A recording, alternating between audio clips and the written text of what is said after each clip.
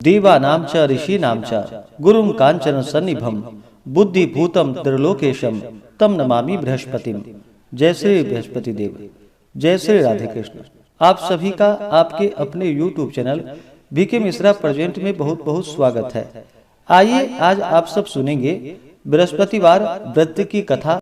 तो बोलिए प्रेम से बृहस्पति भगवान की जय, भगवान विष्णु की जय, माता लक्ष्मी की जय, सर्वदेवी देवता की जय। प्राचीन समय की बात है। भारत में एक राजा राज्य करता था। वह राजा बड़ा ही प्रतापी तथा दानी था। वह नित्य प्रति मंदिर में भगवत दर्शन करने जाता था। वह ब्राह्मण और गुरु की सेवा किया करता था। उसके द्वार से कोई भी याचक निराश होकर नहीं लौटता था। वह प्रत्येक गुरुवार को व्रत रखता एवं पूजन करता था। हर दिन गरीबों की सहायता करता था। परंतु यह सब बातें उसकी रानी को बिल्कुल भी अच्छी नहीं लगती थी। वह न तो व्रत करती थी और न ही किसी को एक पैसा दान में देती थी। वह राजा से भी ऐसा करने को मना किया करती थी।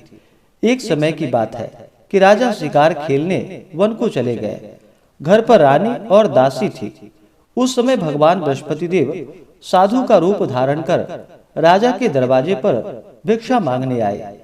साधु ने रानी से भिक्षा मांगी तो वह कहने लगी कि हे साधु महाराज, मैं इस दान और पुण्य से तंग आ गई हूँ। इस कार्य के लिए तो मेरे पतिदेव ही बहुत हैं।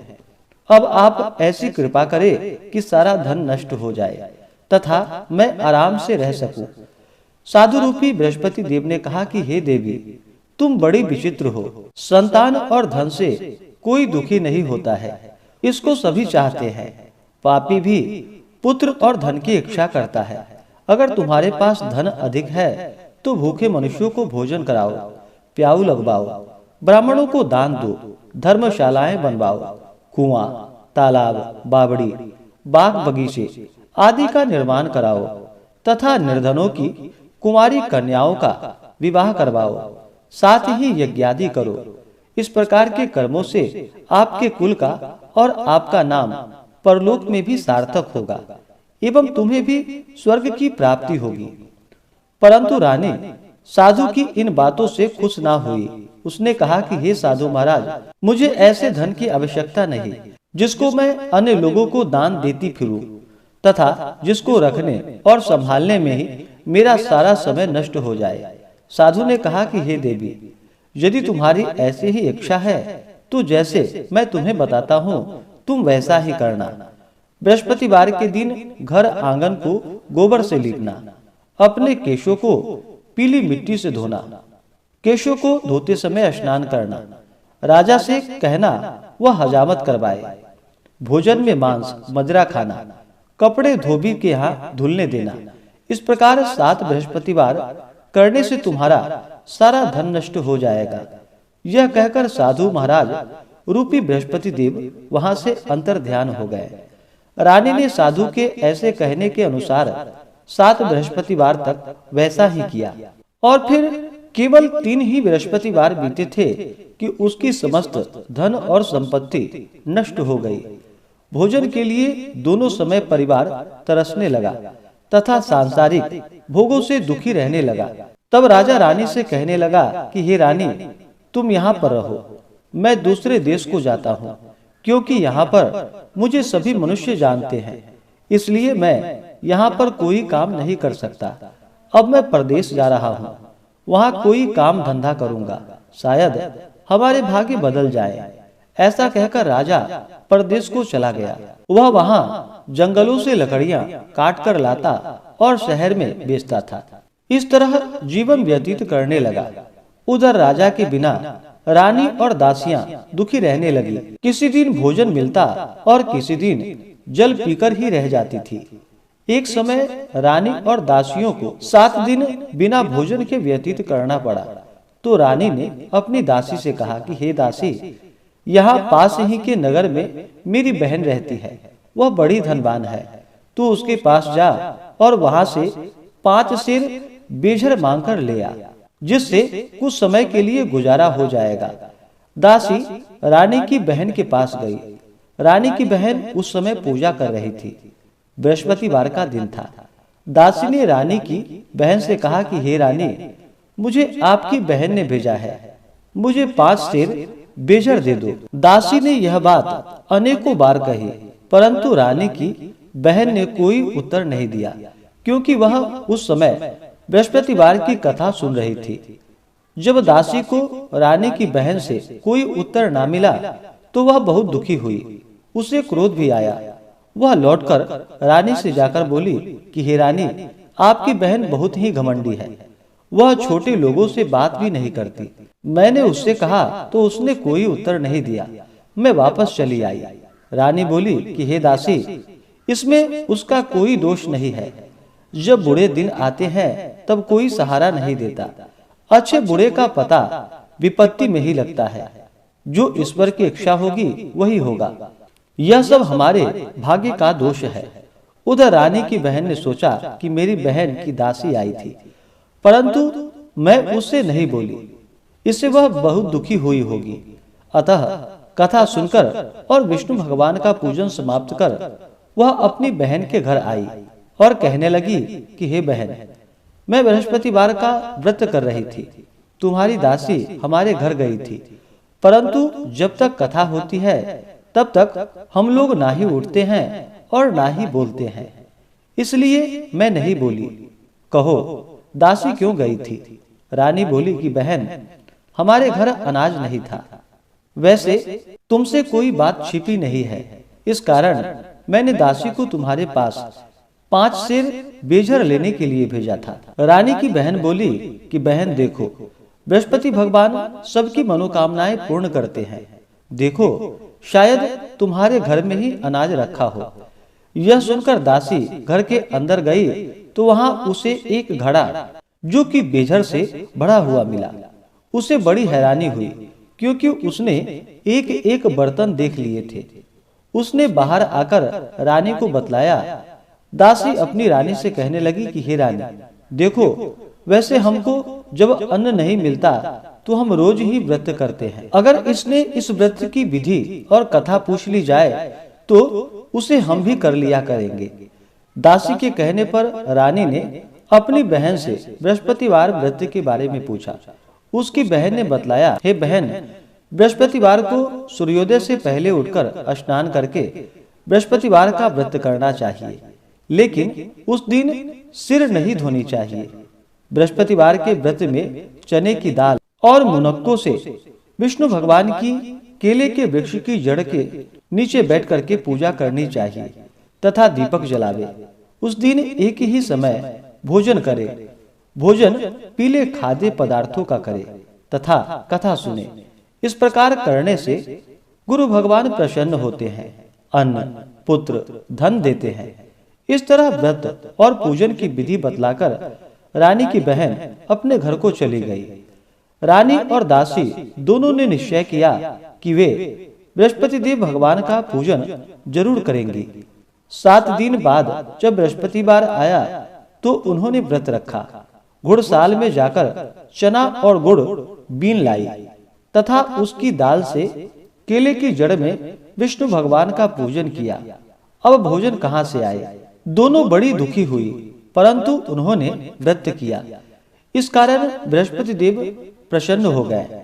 वे एक साधारण व्यक्ति के रूप में 2 थालों में सुंदर पीला भोजन लेकर आए और दासी को देकर बोले कि हे दासी, यह भोजन तुम्हारे और रानी के लिए है, तुम दोनों करना। दासी भोजन पाकर बड़ी प्रसन्न हुई और रानी से जाकर बोली कि रानी जी, भोजन कर लो। रानी को भोजन आने के बारे में कुछ पता नहीं था, इसलिए वह दासी से बोली कि जा, तू ही भोजन कर, तू हमारी व्यर्थ ही हंसी उड़ाती है। दासी बोली, एक व्यक्ति अभी भोजन देकर गया है। रानी कहने लगी, वह भोजन तेरे लिए ही दे गया होगा, तू ही भोजन कर ले। दासी ने कहा कि वह व्यक्ति हम दोनों के लिए 2 थालों में भोजन देकर गया है, इसलिए मैं और आप दोनों ही साथ साथ भोजन करेंगे। फिर दोनों ने गुरु भगवान को नमस्कार कर भोजन प्रारंभ किया। उसके बाद वे प्रत्येक बृहस्पतिवार को गुरु भगवान का व्रत और पूजन करने लगी। बृहस्पति भगवान की कृपा से उसके पास धन हो गया, परंतु रानी फिर पहले की तरह ही आलस्य करने लगी।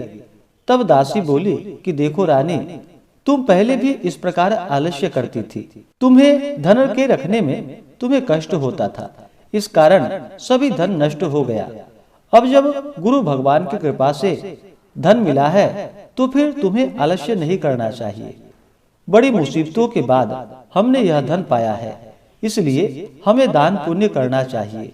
भूखे मनुष्यों को भोजन कराओ, प्याऊ लगवाओ, ब्राह्मणों को दान दो, कुआं, तालाब, बावड़ी आदि का निर्माण करवाओ, मंदिर पाठशाला बनवाकर दान दो, कुंवारी कन्याओं का विवाह करवाओ, धन को शुभ कार्यों में खर्च करो, जिससे तुम्हारा कुल का यश बढ़े तथा स्वर्ग प्राप्त हो और पितृ प्रसन्न हो।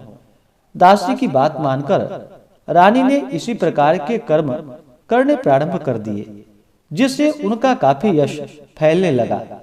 एक दिन रानी और दासी आपस में विचार करने लगी कि न जाने राजा किस दशा में होंगे। उनकी कोई खोज खबर नहीं है। गुरु भगवान से उन्होंने प्रार्थना की और भगवान ने रात्रि में राजा को स्वप्न में कहा कि हे राजा, उठो, तेरी रानी तुझको याद करती है, अब अपने देश को लौट जा। फिर क्या था, राजा प्रातः काल उठकर जंगल से लकड़ियां काटकर लाने के लिए जंगल की ओर चल पड़ा। जंगल से गुजरते हुए वह सोचने लगा, रानी की गलती से कितने दुख भोगने पड़े। राजपाट छोड़कर उसे जंगल में आकर रहना पड़ा। जंगल से लकड़ियां काटकर उन्हें बेचकर गुजारा करना पड़ा। उसी समय उस जंगल में बृहस्पति देव एक साधु का रूप धारण कर वहां पर आए और राजा के पास आकर बोले कि हे लकड़हारे, तुम इस सुनसान जंगल में किस चिंता में बैठे हो, मुझे बतलाओ। यह सुनकर राजा के नेत्रों में जल भर आया और साधु की वंदना कर बोला कि हे प्रभु, आप सब कुछ जानने वाले हैं। इतना कहकर राजा ने साधु को अपनी संपूर्ण कहानी सुना दी। महात्मा तो स्वभाव से ही दयालु होते हैं। वे राजा से बोले कि हे राजा, तुम्हारी पत्नी ने बृहस्पति देव के प्रति अपराध किया था, जिसके कारण तुम्हारी यह दशा हुई। अब तुम किसी प्रकार की चिंता मत करो, भगवान तुम्हें पहले से भी अधिक धन देंगे। देखो, तुम्हारी पत्नी ने बृहस्पतिवार का व्रत करना प्रारंभ कर दिया है। अब तुम भी बृहस्पतिवार का व्रत करके चने के दाल व गुड़ और जल को लोटे में डालकर केले के पत्ते से भगवान विष्णु का पूजन करो। फिर कथा कहो या सुनो, भगवान तुम्हारी सभी कामनाओं को पूर्ण करेंगे। साधु को प्रसन्न देखकर राजा बोला कि हे प्रभु, मुझे लकड़ी बेचकर इतना पैसा नहीं बचता जिससे भोजन करने के उपरांत कुछ बचा सकूं। मैंने रात्रि में अपनी रानी को व्याकुल देखा है। मेरे पास कोई साधन नहीं है जिससे समाचार जान सकूं। फिर मैं बृहस्पतिवार की कौन सी कहानी कहूं या सुनूं? मुझको तो कुछ भी मालूम नहीं है। साधु ने कहा कि हे राजा, तुम किसी बात की चिंता मत करो। बृहस्पतिवार के दिन तुम रोजाना की तरह लकड़ियां लेकर शहर में जाओ। तुम्हें रोज से 2 गुना धन प्राप्त होगा, जिससे तुम भली भांति भोजन कर लोगे तथा बृहस्पति देव की पूजा का सामान भी आ जाएगा। अब सुनते हैं बृहस्पतिवार व्रत की कथा। प्राचीन काल में एक बहुत ही निर्धन ब्राह्मण था। उसकी कोई संतान ना थी। वह नित्य पूजा पाठ करता, परंतु उसकी स्त्री बहुत मलिनता के साथ रहती थी। वह ना ही स्नान करती थी और न किसी देवता का पूजन करती थी। प्रातः काल उठते ही सर्वप्रथम भोजन करती, बाद में कोई अन्य कार्य करती। ब्राह्मण देवता बहुत दुखी रहते थे। पत्नी को बहुत समझाते, किंतु उसका कोई परिणाम ना निकलता। भगवान की अनुकंपा से एक समय उस ब्राह्मण की पत्नी गर्भवती हुई और 10वें महीने में एक सुंदर कन्या को जन्म दिया। निर्धन ब्राह्मण कन्या के जन्म से बहुत दुखी हुआ। धीरे धीरे ब्राह्मण की कन्या बड़ी होने लगी। बचपन से ही उस कन्या की रुचि भगवान विष्णु की पूजा में थी। वह प्रातः उठते ही स्नान आदि करके भगवान विष्णु का पूजन करने मंदिर में जाती थी। बृहस्पतिवार को व्रत करके विधिवत पूजा पाठ करती थी। पूजा पाठ के बाद वह पढ़ने के लिए पाठशाला में चली जाती थी। घर से चलते हुए वह मुट्ठी भर जौ साथ लेकर जाती थी और पाठशाला के रास्ते में थोड़े थोड़े जौ गिराती हुई जाती थी। जब वह पाठशाला से घर लौटती तो जौ के वह दाने जो कि सोने में बदले हुए उसको मिलते। लड़की सभी सोने के दाने बीन लाती थी। एक दिन जब वह सोने के दानों को साफ कर रही थी तो उसकी माँ ने कहा, बेटी, सोने के दाने साफ करने के लिए सोने का सूप भी तो होना चाहिए। अगले दिन बृहस्पतिवार था। उसने भगवान बृहस्पति देव की पूजा करते हुए उनसे प्रार्थना की कि हे भगवान, यदि मैंने आपका व्रत विधिवत किया हो तो मुझे सोने का सूप दे दो। भगवान बृहस्पति देव ने उसकी मनोकामना पूरी करने का वचन दिया। पाठशाला से लौटते समय उसे रास्ते में सोने का सूप पड़ा हुआ मिला। घर लौटकर सोने का सूप अपनी माँ को दिखाकर वह सोने के दाने साफ करने लगी। उसी समय नगर का राजकुमार उसके घर के पास से गुजरा। उस सुंदर लड़की को सोने के सूप में जौ साफ करते हुए देखकर राजकुमार उस पर मोहित हो गया। महल में लौटकर राजकुमार ने राजा से उस लड़की से विवाह करने की इच्छा प्रकट की। तो राजा ने ब्राह्मण को महल में बुलाकर राजकुमार से लड़की की विवाह की बात कही। ब्राह्मण तैयार हो गया और फिर धूमधाम से उस लड़की का विवाह राजकुमार से हो गया। दुल्हन बनकर ब्राह्मण की लड़की महल में चली गई। लड़की के चले जाने से ब्राह्मण फिर निर्धन हो गया। उसे कई कई दिन भोजन भी नहीं मिलता था। बहुत दुखी होकर ब्राह्मण एक दिन अपनी लड़की के पास गया। अपने पिता से निर्धनता का समाचार सुनकर उसे बहुत सा धन देकर पिता को विदा किया। उस धन से ब्राह्मण के कुछ दिन तो आराम से गुजर गए, लेकिन जल्दी ही फिर भूखे मरने की हालत हो गई। ब्राह्मण अपनी लड़की से धन लेने के लिए फिर महल में पहुंचा। लड़की ने पिता की बुरी हालात देखकर कहा, पिताजी, आखिर आप कब तक मुझसे धन लेकर जीवन यापन करेंगे? आप कोई एक उपाय क्यों नहीं करते जिससे आपका घर धन संपत्ति से भर जाए? ब्राह्मण ने कहा, मैंने तेरी माँ को बहुत समझा लिया, पर उसकी समझ में कुछ नहीं आता। उसका फुहरपन नष्ट हो तो घर की निर्धनता भी दूर हो जाए। तब कुछ सोचकर लड़की ने पिता से कहा कि पिताजी, आप कुछ दिनों के लिए माँ को मेरे पास छोड़ जाओ। तब कुछ सोच समझकर ब्राह्मण पत्नी को लड़की के पास महल में छोड़ आया। लड़की ने अपनी माँ से कहा कि माँ, तुम कल प्रातः उठकर स्नान आदि करके भगवान बृहस्पति देव, भगवान विष्णु की पूजा अवश्य करना। पूजा करने से तुम्हारी निर्धनता अवश्य दूर हो जाएगी। लेकिन उसकी माँ ने उसकी कोई बात ना मानी। तब क्रोधित होकर लड़की ने अपनी माँ को एक कक्ष में बंद कर दिया। सूर्योदय के समय माँ को उठाकर जबरदस्ती उसे स्नान करवाया और फिर मंदिर में ले जाकर भगवान बृहस्पति देव की पूजा करवाई। कुछ दिनों तक ऐसा करने से माँ की बुद्धि में परिवर्तन हुआ और वह स्वयं बृहस्पतिवार का व्रत रखने लगी। उसके व्रत रखने से ब्राह्मण के घर में भगवान विष्णु की अनुकंपा से धन की वर्षा होने लगी। दोनों पति पत्नी धन संपत्ति पाकर आनंद पूर्वक जीवन यापन करते हुए विष्णु धाम को चले गए। और उस लकड़हारा बने राजा ने उन साधु से भगवान बृहस्पति देव की यह कथा सुनकर बृहस्पतिवार का व्रत करके भगवान विष्णु की पूजा की। उस दिन से उसके सभी क्लेश दूर हो गए। लेकिन अगले बृहस्पतिवार को कामकाज में अधिक व्यस्त रहने के कारण उसने भगवान बृहस्पति देव जी का व्रत नहीं किया।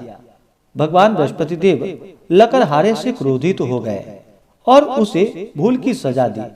उस दिन नगर के राजा ने नगर में घोषणा करके सबको सूचित किया कि प्रत्येक नागरिक मेरे महल में भोजन करने आए।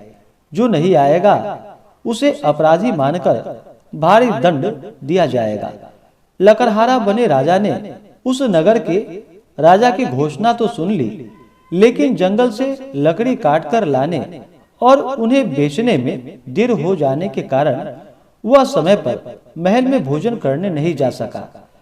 अतः राजा के सैनिक लकड़हारे को पकड़कर महल में ले गए। राजा ने उसे महल में एक कक्ष में बैठाकर भोजन कराया।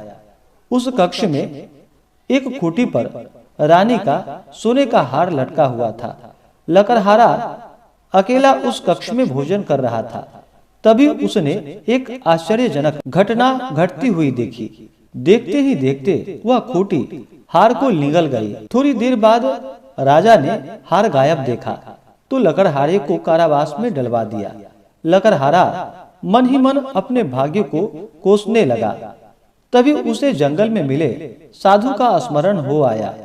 थोड़ी देर में भगवान बृहस्पति देव सन्यासी के रूप में उसके सामने प्रकट हुए और कहा कि हे लकड़हारे, तूने भगवान बृहस्पति देव की पूजा नहीं की, इसी कारण तुम्हें कष्ट हुआ है। लेकिन अब चिंता मत करो। बृहस्पतिवार के दिन कारागार के दरवाजे पर तुम्हें कुछ पैसे पड़े हुए मिलेंगे। उन पैसों से भगवान बृहस्पति देव का व्रत करके उनकी पूजा करोगे तो तुम्हारे सब दुख नष्ट हो जाएंगे। बृहस्पतिवार के दिन दरवाजे पर पड़े मिले पैसे से चने और गुड़ मंगवाकर लकड़हारे ने बृहस्पतिवार की कथा कही तो भगवान बृहस्पति देव ने प्रसन्न होकर उस नगर के राजा को स्वप्न में लकड़हारे को कारागार से मुक्त करने को कहा। सुबह राजा ने अपने कक्ष में आकर देखा तो खूंटी पर रानी का हार टंगा हुआ पाया। राजा ने लकड़हारे को मुक्त कर दिया और उसे धन और आभूषण आदि देकर विदा किया। लकड़हारा बना राजा उस नगर से चलकर अपने नगर में पहुंचा तो उस नगर में कुएं, धर्मशालाएं, बाग बगीचे देखकर बहुत प्रसन्न हुआ। राजा ने किसी से पूछा कि ये कुएं, धर्मशालाएं किसने बनवाई है। सबने उसे बतलाया कि ये सब रानी और उसकी दासी ने बनवाए हैं। राजा महल में पहुंचा तो रानी ने उसका भव्य स्वागत किया। तब राजा ने निश्चय किया कि सप्ताह में एक बार तो सभी बृहस्पतिवार का व्रत तथा पूजन करते हैं, परंतु मैं प्रतिदिन व्रत किया करूंगा तथा दिन में 3 बार कथा कहूंगा। अब राजा हर समय दोशाले में चने की दाल बांधे रहता तथा दिन में 3 बार बृहस्पति देव की कथा कहता। कुछ दिनों के बाद राजा को अपनी बहन की याद आई।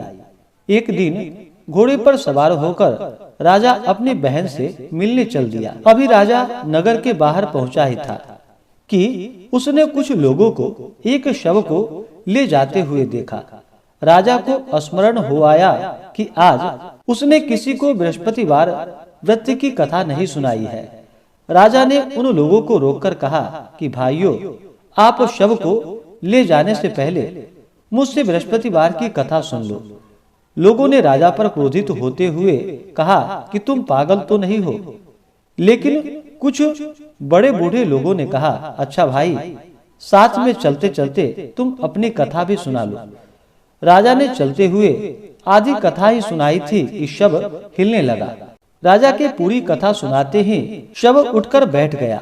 लोगों ने हैरानी से दांतों तले उंगलियां दबा ली और अगले बृहस्पतिवार से भगवान बृहस्पति देव का व्रत करने व कथा सुनने का निश्चय कर लिया।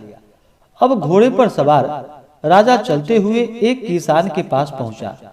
किसान अपने खेत में हल चला रहा था। राजा ने कहा कि अरे भाई, मुझसे बृहस्पतिवार की कथा सुन लो। किसान झुंझलाकर बोला, अरे भाई, तुम देख नहीं रहे, जितनी देर तक तुम्हारी कथा सुनूंगा उतनी देर में तो पूरे खेत में हल चला लूंगा। राजा निराश होकर चलने लगा। तभी किसान के बैल लड़खड़ाकर जमीन पर जा गिरे। किसान के पेट में भी जोरों का दर्द होने लगा। उस किसान की पत्नी जब खाना लेकर आई तो उसने किसान से इस बारे में पूछा। किसान ने घुड़सवार की पूरी कहानी सुनाई। किसान की पत्नी दौड़ती हुई राजा के पास पहुंचकर हाथ जोड़कर बोली कि भैया, मैं तुम्हारी कथा सुनने को तैयार हूँ। राजा ने उसके साथ खेत पर पहुंचकर बृहस्पतिवार की कथा सुनाई। तभी बैल उठकर खड़े हो गए। किसान के पेट का दर्द भी तुरंत ही ठीक हो गया। राजा अपनी बहन के घर पहुंचा तो उसकी बहुत आवभगत हुई। अगले दिन सुबह उठकर राजा ने देखा घर के सभी लोग भोजन कर रहे हैं। किसी भूखे को बृहस्पतिवार की कथा सुनाए बिना राजा भोजन नहीं करता था। उसने बहन से कहा कि बहन, क्या घर में कोई ऐसा व्यक्ति है जिसने अभी तक भोजन ना किया हो? उसकी बहन बोली, भैया, हमारे घर में तो क्या, आपको पूरे नगर में कोई ऐसा व्यक्ति नहीं मिलेगा जिसने सुबह सुबह भोजन नहीं किया हो। तब राजा ने बहन के घर से निकलकर उस नगर में बिना भोजन किए व्यक्ति की तलाश की। एक गरड़िए के घर में उसका बेटा बीमार होने के कारण भूखा रह गया था। राजा ने उसको जाकर बृहस्पतिवार की कथा सुनाई। कथा सुनते सुनते गरड़िए का बीमार बेटा बिल्कुल ठीक हो गया। सबने राजा की बहुत प्रशंसा की। एक दिन राजा ने अपनी बहन से कहा, बहन, अब हम अपने घर जाना चाहते हैं, तुम भी हमारे साथ चलो, कुछ दिन वहां रहकर लौट आना। राजा की बहन ने अपनी सास से पूछा तो सास ने ताने देते हुए कहा, बहू, मायके जाना हो तो अकेली जाना, मेरे पोते को नहीं ले जाना। तुम्हारे भाई के कोई संतान नहीं है, कहीं तुम्हारी भाभी मेरे पोते पर कोई जादू टोना न कर दे। दूसरे कक्ष में बहन की सास की बातें सुनकर राजा दुखी मन से अकेले ही अपने घर को लौट गया। रानी ने राजा से कहा, आप तो अपनी बहन को साथ लाने की बात कहकर गए थे, फिर बहन को साथ क्यों नहीं लाए? तब राजा ने दुखी होते हुए कहा, रानी, हम निसंतान हैं, इसलिए कोई हमारे घर आना पसंद नहीं करता है।